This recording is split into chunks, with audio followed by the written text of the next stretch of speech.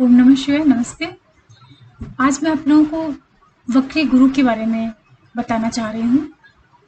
अभी 14 मई को गुरु हमारे वक्री हो रहे हैं, तो इसका सामान्य जनमानस के ऊपर क्या प्रभाव पड़ेगा, उसके बारे में आपसे चर्चा करना चाह रही हूँ। देखिए, अभी मई के महीने में कई ग्रह जो हैं वक्री हो रहे हैं, जिसमें से सैटर्न 11 मई को वक्री हुए, उसके बाद फिर 13 मई को शुक्र वक्री हो रहे हैं, 14 मई को गुरु वक्री होंगे। ये सारे ग्रह जो हैं, गुरु धर्म का कारक ग्रह है, शनि कर्म का कारक है, और शुक्र जो है ये रिलेशनशिप के कारक ग्रह है।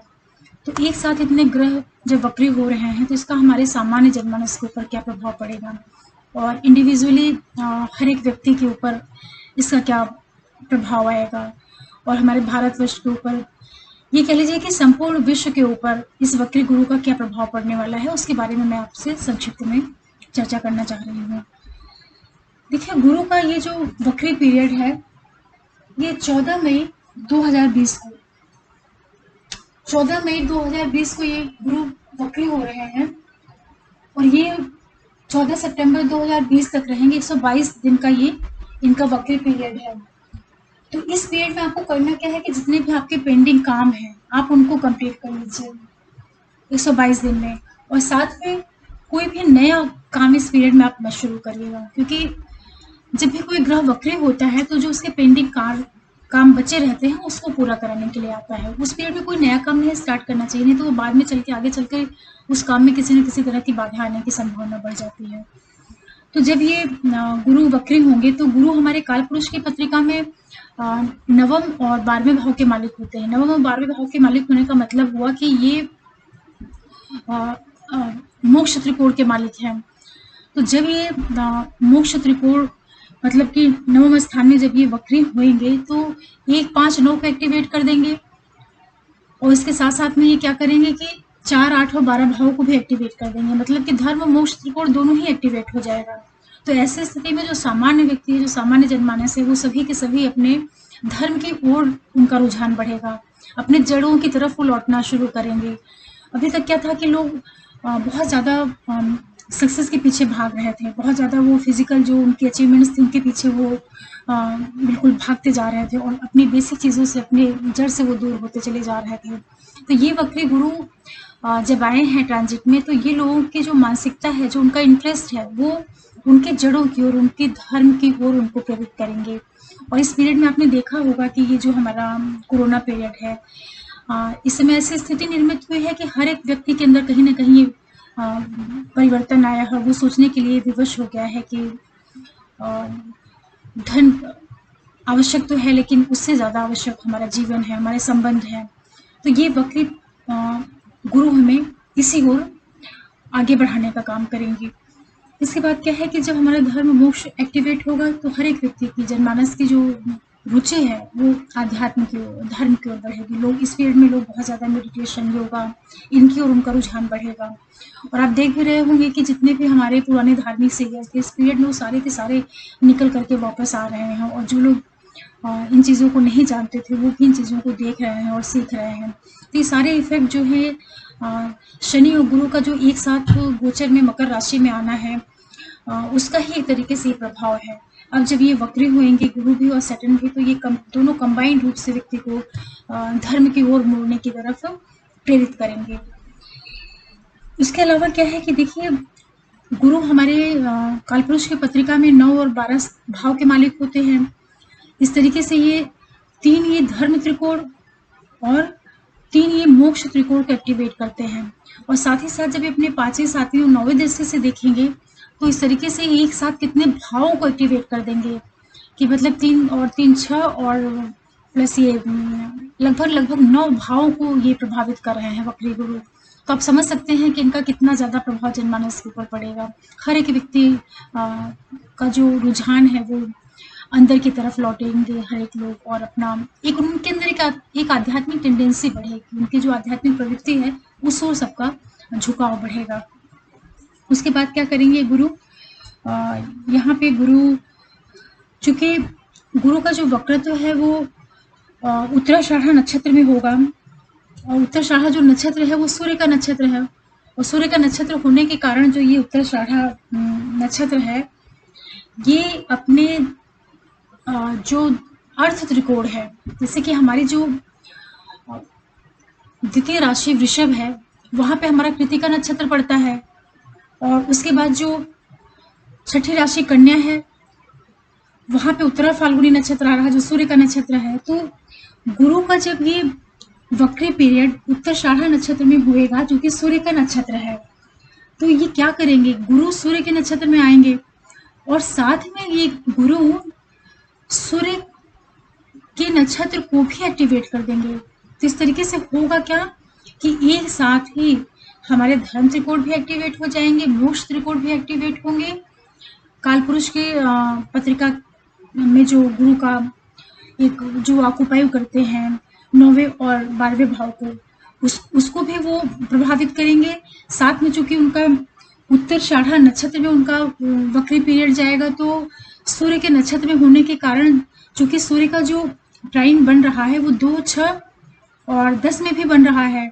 2, 6, 10 जो हमारा अर्थ त्रिकोण है वहां पे बन रहा है, तो 2, 6 और 10 भाव को भी एक्टिवेट कर देंगे। तो इससे होगा क्या कि जो हमारी आर्थिक व्यवस्थाएं अभी तक बंद पड़ी हुई हैं, पूरी तरीके से ठप पड़ी हैं 1 महीने 1.5 महीने से, उनमें भी धीरे धीरे काम शुरू होगा। क्योंकि ये गुरु एक तरफ तो लोगों को बहुत ज्यादा अपनी जड़ों की ओर और अपने धर्म की ओर मोड़ेंगे, और साथ ही ये प्रेरित करेंगे।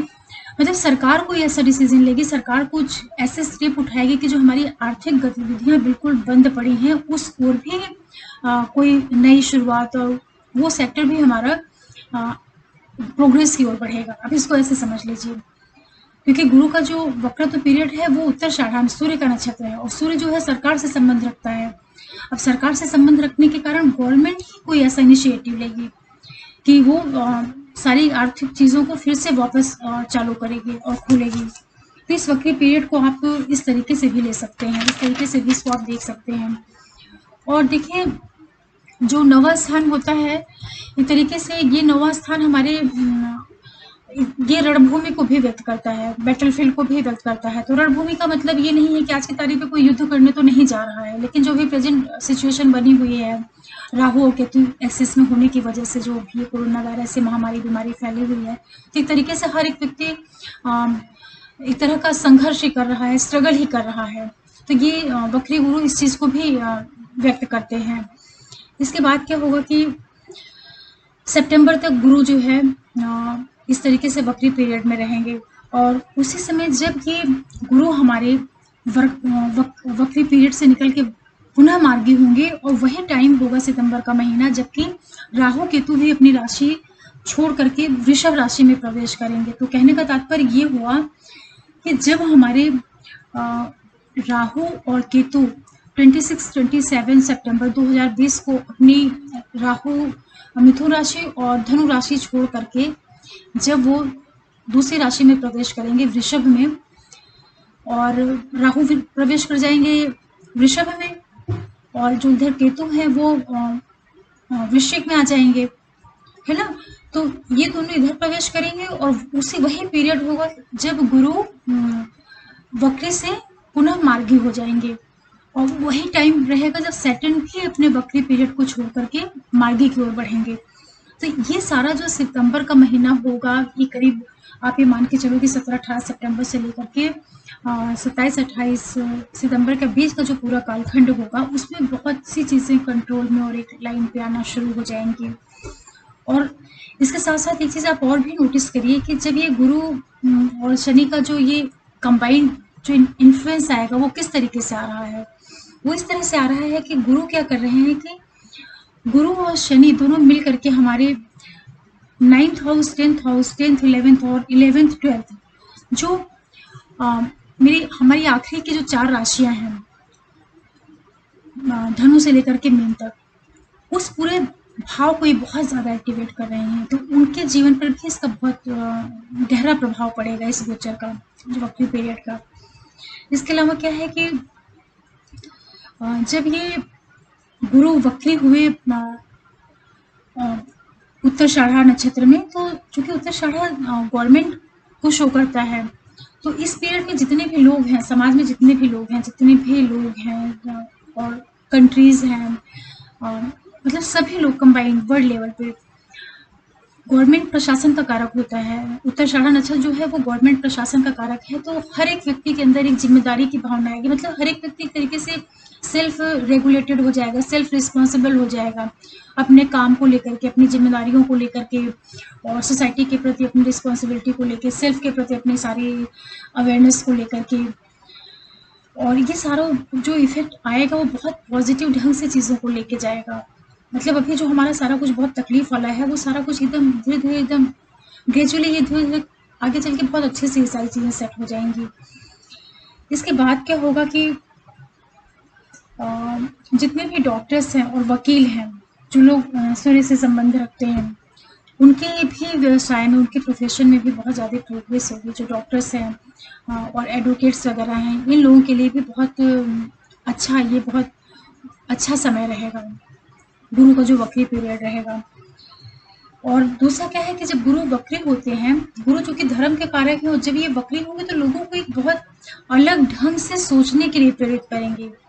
एक तो होता है कि जो हमारी परंपराएं हैं, नियम है, जो कुछ हमारे पीछे से प्राचीन काल से चली आ रही हैं, बिल्कुल हम उसे लिख पे आगे बढ़ते जाते हैं।